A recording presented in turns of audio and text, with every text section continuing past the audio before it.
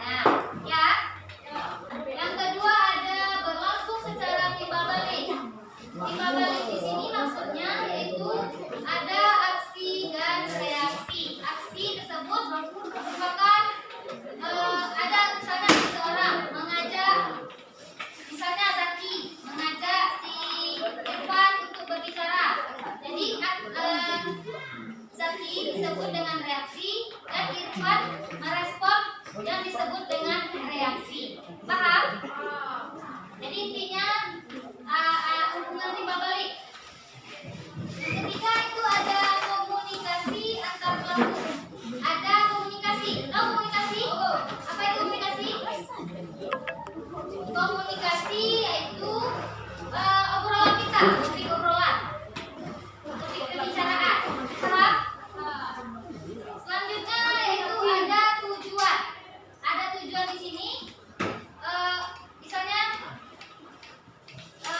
nggak asal bicara gitu. Maksudnya Zaki tadi misalnya ngomong sama Irfan,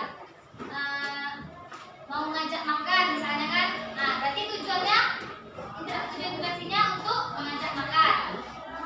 Paham syaratnya? Nah, pada intinya syarat interaksi sosial ini ada dua, yaitu kontak sosial dan komunikasi. Kalau kontak sosial itu kita berhadapan secara langsung sama orangnya. Dan komunikasi tadi topik obrolan. Ada yang mau ditanyakan? Ada yang mau ditanyakan? Tidak. Berdasarkan pelakunya, interaksi sosial itu terbagi menjadi 3. Seperti Ibu bilang kemarin.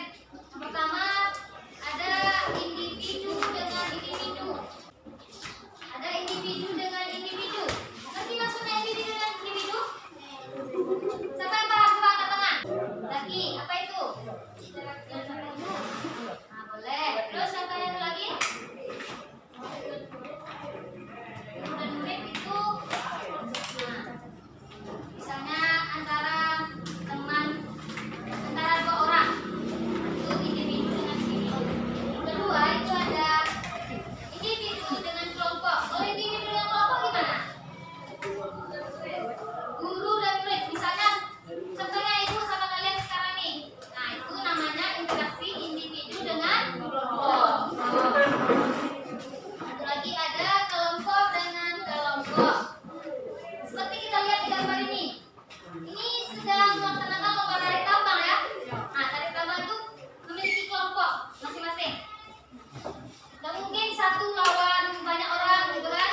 Nah, jadi contoh kecilnya ini melaksanakan lomba tarik tambang dan lomba bola misalnya futsal. Nah, itu juga kelompok dengan kelompok. Bentuk interaksi sosial. Bentuk interaksi sosial itu ada 2. Siapa yang ada baca buku kemarin dari tadi malam? Lagi apa aja? Asosiatif dengan disosiatif. Kalau asosiatif apa? Proses asosiatif apa? Nah, yang mengarah kepada hal-hal yang positif. Kalau disosiatif? Yang mengarah kepada hal-hal yang negatif. Jadi kalau asosiatif tujuannya untuk menyatukan perpecahan, ya, menyatukan perpecahan yang ada. Kalau disosiatif tujuannya membuat perpecahan. Sekarang sebelum kita tutup pembelajarannya, ibu akan mengadakan quiz. Nah, ini quiznya. Ada 3 soal dengan 5 jawaban yang ada di sini. Nanti siapa yang bisa menjawab, ibu bacakan soalnya, angkat tangan dan maju ke depan. Oke, paham? Dan kita mulai dari nomor 1. Nomor 1, suatu proses hubungan timbal balik dalam bertindak dan bereaksi dengan orang-orang yang berada di sekitar